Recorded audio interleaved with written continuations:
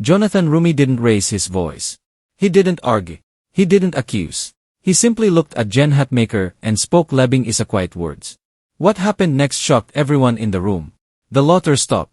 The air shifted. And the confident expression on Jen's face slowly disappeared. For a brief moment, no one moved. This wasn't supposed to be uncomfortable. It was meant to be a friendly discussion, another public conversation about faith, culture, and modern Christianity. Cameras were rolling, the audience was relaxed, and the mood felt safe. But those labbing is a words changed everything. Jen Hatmaker had built a reputation as someone unafraid to challenge tradition. She spoke with confidence, conviction, and authority, and many admired her for it. She wasn't expecting resistance. Certainly not from Jonathan Roumie. Jonathan, known worldwide for portraying Jesus in The Chosen, wasn't known for controversy. He rarely engaged in public confrontations. He spoke carefully, thoughtfully, with humility. That's what made this moment so powerful. When he finally spoke, there was no anger in his voice, only calm certainty. The kind that doesn't need to shout to be heard. People in the audience leaned forward in their seats. Some felt something tightening in their chest, though they couldn't explain why. Because deep down, everyone sensed it. This wasn't about winning an argument. This wasn't about ideology or opinions. This was about truth. And when truth is spoken plainly, without insults, without fear, it has a way of reaching places arguments never can. Jen blinked. Once. Then again. Her confident posture softened. The room felt suddenly smaller, quieter, more intimate, as if the conversation had shifted from a public stage to something deeply personal. Seconds passed. They felt longer. Then her eyes filled with tears. Not because she had been attacked. Not because she had been embarrassed. But because the words had landed exactly where they were meant to. Those labbing is a words didn't shame her. They didn't mock her. They challenged her heart. And in that moment, everyone watching realized something unforgettable was happening. Something raw, honest, and real. No one knew how she would respond. But everyone knew one thing for sure. This was a moment that would not be forgotten. The conference hall was filled long before the session began. Rows of chairs stretched across the room, occupied by pastors, authors, students, and everyday believers who had traveled from different cities just to be there. Some clutched notebooks. Others held phones, ready to record moments they felt might matter later. This wasn't just another panel. The event had been advertised as a conversation about faith in a changing world. A safe space. A respectful exchange of ideas. The kind of discussion where disagreements were expected, but confrontation was not. The stage lights glowed softly. At the center stood a long table with microphones, water glasses, and neatly printed name cards. Among them was a name almost everyone recognized, Jen Hatmaker. Jen walked onto the stage with confidence earned over years of public speaking. She smiled easily, waved at the crowd, and took her seat as applause filled the room. She is known for her clarity, her honesty, and her willingness to challenge what she believed needed rethinking within modern Christianity. Many admired her courage. Some followed her books closely. Others quoted her posts online. To them, she represented progress, someone unafraid to question tradition and push conversations forward. A few rows back, Jonathan Roumie sat quietly, waiting. Unlike Jen, he hadn't come with a stack of books or a prepared message. He hadn't promoted this appearance heavily. For many in the audience, his presence was almost surprising. Jonathan Roumie was best known not as a speaker or theologian, but as an actor, specifically, for portraying Jesus in The Chosen. Millions around the world had watched him bring the gospel stories to life with humility and emotional depth. People associated him with gentleness, reverence, stillness. He wasn't known for debates. If anything, he was known for listening. As the moderator welcomed everyone and introduced the speakers, Jonathan nodded politely, hands folded, eyes calm. He looked more like a guest than a challenger, someone content to observe rather than lead the conversation. The discussion began smoothly. Jen spoke about faith and culture, about how Christianity had to reckon with modern realities. Her words flowed easily, practiced but sincere. She spoke about compassion, inclusion, and the dangers of clinging too tightly to what she called outdated frameworks. The audience listened attentively. Some nodded in agreement. Some shifted uneasily. Others simply waited to hear what would come next. Jonathan remained quiet. When he did speak, it was brief, measured comments about love, grace, and the importance of humility. Nothing controversial. Nothing sharp. At least not yet. As the conversation unfolded, something subtle began to change. Jen's tone grew more confident, more declarative. Her statements carried certainty, the kind that leaves little room for disagreement. She spoke as someone accustomed to being affirmed, not questioned. And still, Jonathan said nothing. From the outside, it looked like agreement. But those paying close attention noticed something else. Jonathan wasn't disengaged. He wasn't distracted. He was listening deeply. His eyes followed the conversation carefully. His posture never stiffened, never defensive. But there was a stillness about him that felt intentional, as if he were waiting, not for his turn to speak, but for the right moment. Then the moderator turned toward him. Jonathan, she said gently, you've been quiet. What are your thoughts on this idea that faith needs to evolve with the times? The room shifted. Not dramatically. Not loudly. But noticeably. Several people straightened in their seats. A few phones lifted higher. Someone near the front stopped typing notes and looked up. Jonathan didn't answer right away. He inhaled slowly. Not the breath of someone preparing to argue, but of someone choosing his words carefully.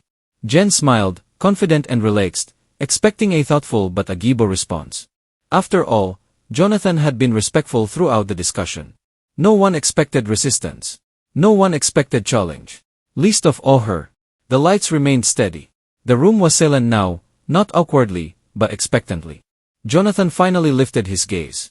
And in that pause, just before he spoke, something unspoken passed through the room. A sense that whatever came next would matter. That this wasn't just another panel discussion. That the conversation was about to move from ideas to conviction. And no one yet realized that the next words would quietly change everything. Jonathan Roumie lifted the microphone slowly. Not to command attention, he already had it. Not to interrupt, the room was silent. He paused, just long enough for the weight of expectation to settle. Then he spoke. Faith doesn't exist to keep up with culture, he said calmly. It exists to point beyond it. The words weren't sharp. They weren't loud. But they landed. Jen's smile held, just barely. She nodded, as if acknowledging his point, but her eyes revealed something else. Curiosity. Caution. The subtle shift of someone realizing the conversation was no longer moving in a predictable direction. Jonathan continued.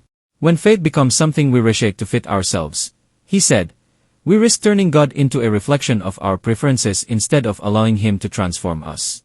A ripple moved through the audience. Some people leaned forward. Others crossed their arms. A few exchanged glances, sensing tension that hadn't been there moments earlier. Jen responded smoothly. But isn't transformation ongoing? She asked. Doesn't love require us to listen, adapt, and respond to the lived experiences of people today? Her tone remained measured, polite, confident. The kind of confidence that suggests the answer is obvious. Jonathan nodded slowly. Yes, he said. Love listens. Always. He paused. But love also tells the truth, even when the truth is uncomfortable. The room grew quieter. Jen tilted her head slightly, as if intrigued, but her posture tightened. This was no longer abstract theology. The words were drawing a line, gentle, but clear. So where do you draw that line? She asked. Who decides what truth looks like in a world that keeps changing? It was a fair question. A sharp one. Jonathan didn't rush to answer. He looked down briefly, then back up. We don't decide, he said. Truth isn't something we vote on, it's something we either receive or resist. That was the moment. The air shifted. Not because of volume or drama, but because the implication was unmistakable. Resistance. Jen inhaled, her expression tightening for just a second before she spoke again. But people have been harmed by rigid interpretations, she said. By leaders who used truth as a weapon instead of a guide. A murmur of agreement passed through parts of the room. Jonathan acknowledged it with a nod. You're right, he said softly. Truth without love wounds. Deeply. He paused again. But love without truth doesn't heal, it only numbs. Silence. You could hear someone breathe. Jonathan wasn't attacking her. He wasn't defending an institution. He was speaking from a place deeper than argument, conviction shaped by reverence. Jen shifted in her seat. So what are you saying? She asked. That questioning tradition is wrong. No, Jonathan replied. Questioning is human. He looked directly at her now, not confrontational, but present. Replacing truth with approval, he said, is something else. That word hung in the air. Approval. It was an accusation, but it felt personal. Jen's confidence wavered. Just slightly. She tried to smile again, but it didn't reach her eyes. I think people just want to feel seen, she said. To know their faith includes them. Jonathan's voice softened. So do I, he said. That's why truth matters. He leaned forward slightly, not physically, but in tone. Because when fate stops calling us to something higher, he continued, it stops loving us enough to change us. The audience was completely still now. No applause. No whispers. No distractions. This wasn't entertainment anymore. It was confrontation, not between people, but between ideas that couldn't fully coexist. Jen blinked. Once. Twice. She opened her mouth to respond, then closed it. The pause stretched. Jonathan looked away, as if giving her space.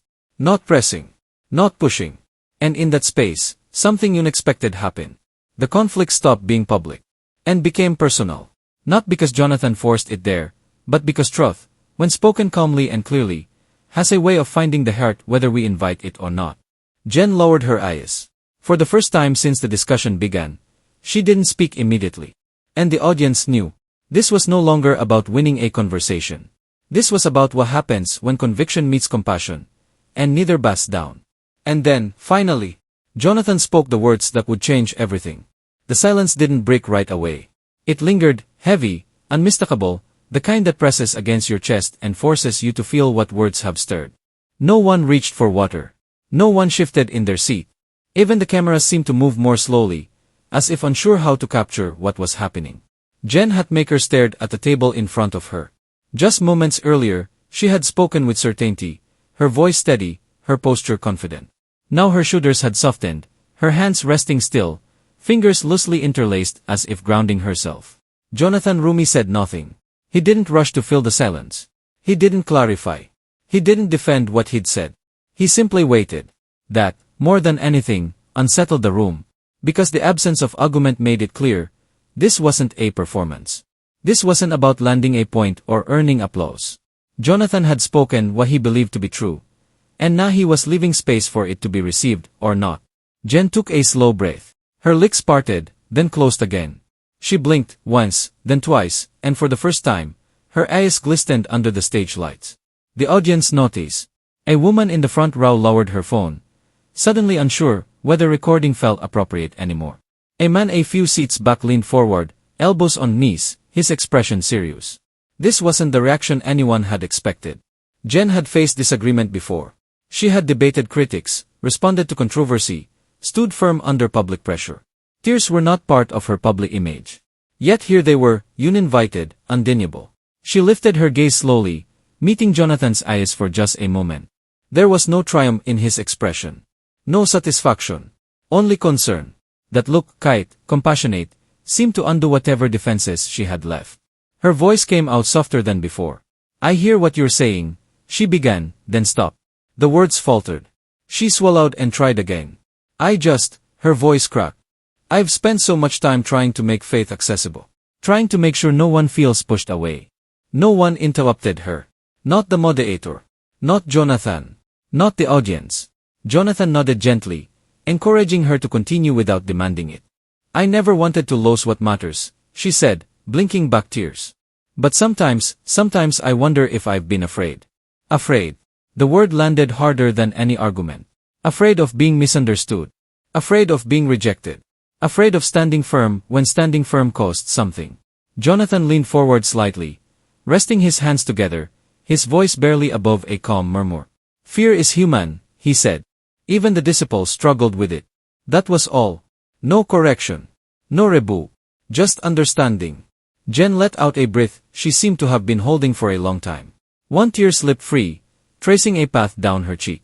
She brushed it away quickly, but the moment had already unfolded in front of everyone. This wasn't embarrassment. It was recognition. The audience felt it too. That subtle shift when something internal becomes visible. When a conversation starts being about ideas and starts becoming about honesty. The moderator glanced between them, uncertain whether to step in. This wasn't on the schedule. This wasn't rehearsed. But it was real. Jen nodded slowly. I think I've confused being loving with being agreeable, she admitted quietly. A murmur rippled through the room, not disagreement, but resonance. People recognized themselves in her words. Jonathan's eyes softened. It happens to all of us, he said. Especially when we care deeply. Another pause. The tension that once filled the room had transformed. What remained wasn't confrontation, it was vulnerability. Jen looked out at the audience now, no longer performing, no longer persuading. Just present. I don't have a perfect answer, she said. But I'm listening. Those words mattered. Because listening is harder than speaking. And humility costs more than confidence. Jonathan gave a small nod, not approval, not agreement, but respect. And then, after one final breath, he spoke again. This time, not to debate, but to say something that would stay with her long after the lights dimmed and the room emptied. Words that would not raise voices, but would break open hearts. Jonathan Roumie didn't rush. He took a moment, not to build suspense, but to steady the weight of what he was about to say. The room was completely still now, the kind of stillness that feels sacred, as if everyone instinctively understood that this was no longer a discussion, but a turning point. Jen Hatmaker sat quietly, her hands folded in front of her, eyes lowered. The confidence that once framed her posture had softened into something else, openness. Vulnerability. Readiness. Jonathan spoke gently. Not to the crowd. Not to the cameras. But to her. May I say something? He asked. She nodded. The audience barely breathed. Jonathan looked at her for a long moment, his expression calm but intent, the look of someone choosing love over victory. Then he said the labbing is a words. Jesus never chased approval, he stood firm in love and truth. That was it. No sermon. No explanation. No elaboration. Just 11 words, spoken quietly, without force, and yet they landed with a weight that filled the entire room. Jen's breath caught. Her lips parted, but no sound came out. Her eyes, already glassy, overflowed. Tears slipped freely now, not hurried or hidden, but honest. She nodded slowly, as if something inside her had finally found language. Those words didn't accuse her. They didn't correct her publicly. They didn't dismiss her intentions. They revealed something deeper. That approval and love are not the same. That truth doesn't need permission. That standing firm doesn't mean standing alone. The audience felt it too. Some sat with hands clasped tightly. Others closed their eyes. A few wiped away tears of their own. Because the words didn't belong only to Jen. They reached everyone who had ever softened truth to avoid rejection. Everyone who had mistaken being liked for being faithful. Everyone who had feared losing approval more than losing alignment. Jen pressed her lips together, fighting emotion. Her shoulders trembled slightly as she took a breath, then another. When she finally spoke, her voice was barely above a whisper. That hits, she said. She looked at Jonathan again, this time without defense, without performance. I don't think I realized how much I needed permission to stop chasing approval, she admitted. Even when I told myself I was doing it out of love. Jonathan listened without interrupting. I see now, she continued, wiping her cheeks, that love doesn't always mean being embraced. Sometimes it means being faithful, even when it costs. She paused. And that scares me. Jonathan nodded slowly. It scared him too, he said gently. That simple reminder, that even Jesus faced fear, settled over the room like balm. Not condemnation. Not expectation. Just truth wrapped in compassion. Jen let out a quiet, shaky laugh through her tears. I talk so much, she said softly, about courage. But courage looks different when you're the one being asked to stand still. The moderator glanced toward the audience, unsure whether to step in, but no one wanted this moment interrupted. This was no longer a panel. It was a mirror. Jonathan leaned back slightly, giving her space again. Standing firm doesn't mean standing without grace, he said. It just means not trading truth for comfort. Jen nodded again. No argument. No rebuttal. No justification. Just understanding. For a long moment, neither of them spoke. The silence fell full now, not tense, not heavy, but reverent. As if something unseen had shifted. Then the applause began. Not loud. Not explosive. But slow and steady. A recognition of honesty. Of humility. Of a movement that couldn't be scripted. Jen placed a hand over her heart, overwhelmed, and bowed her head slightly, not in defeat, but in acknowledgement. Jonathan didn't smile for the cameras. He didn't look around. He simply sat there, hands folded, eyes calm, as if he knew this wasn't about him at all. And in that quiet, everyone understood something profound. Sometimes, the most powerful words aren't the ones that argue. They're the ones that awaken. The applause faded slowly, like waves retreating from the shore. No one rushed to speak. The moment didn't feel finished just because the sound stopped. It felt sealed, as if something fragile and important had been placed gently back into the silence. Jen Hatmaker remained seated, Her head slightly bowed, one hand still resting over her heart. She wasn't crying anymore, but her eyes were red, reflective. The kind of look someone carries after truth has passed through them, not around them.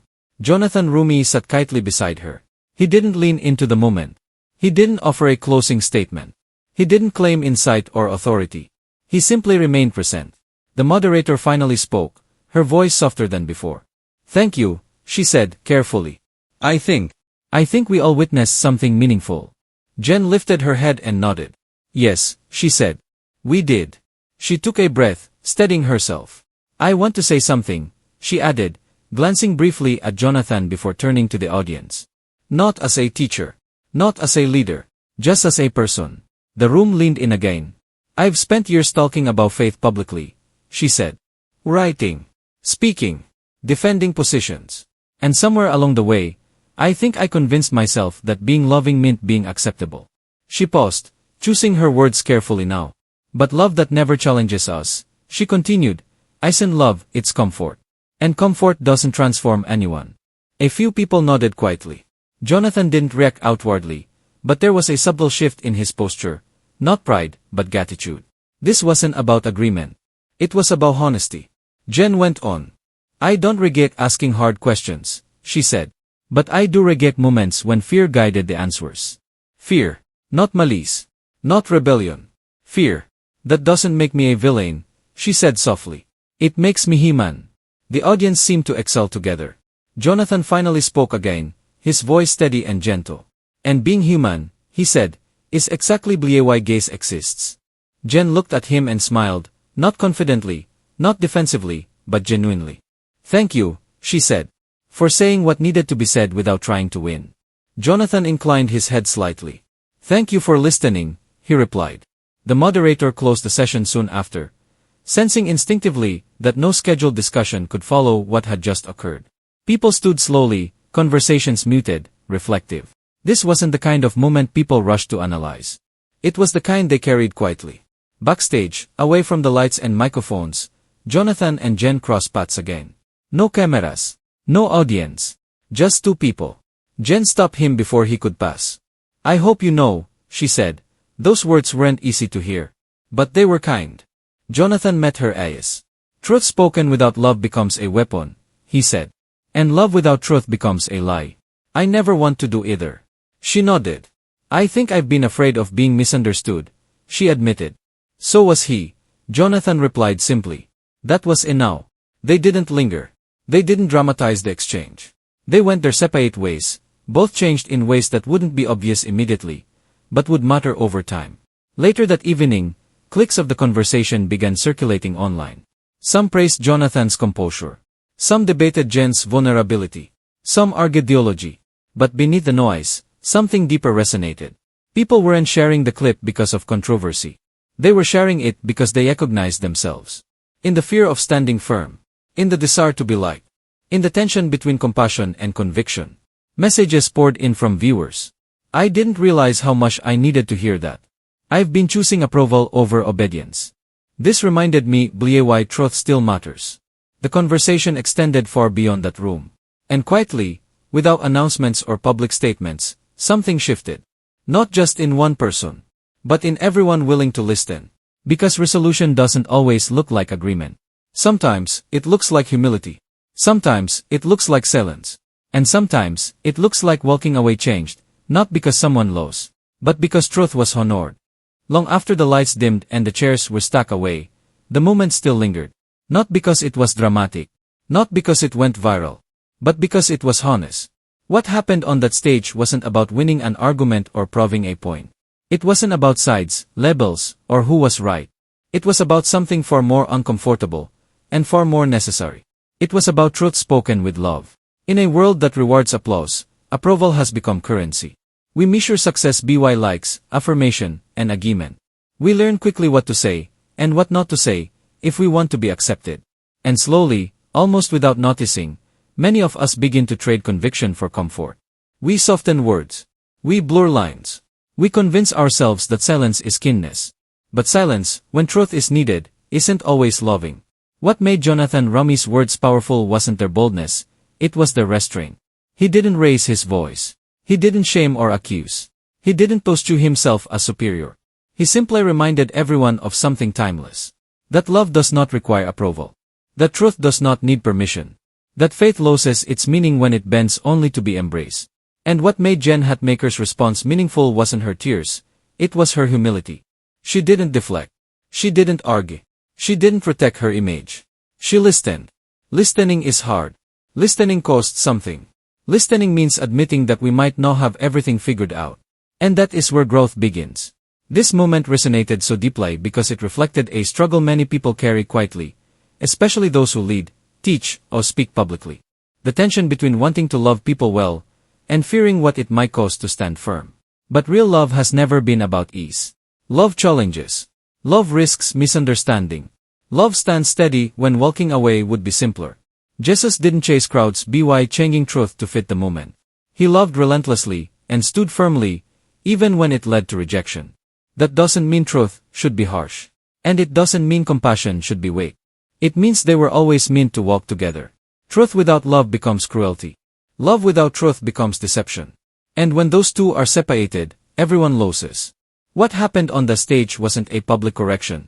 It was a private realization witnessed by many. A reminder that courage doesn't always look loud.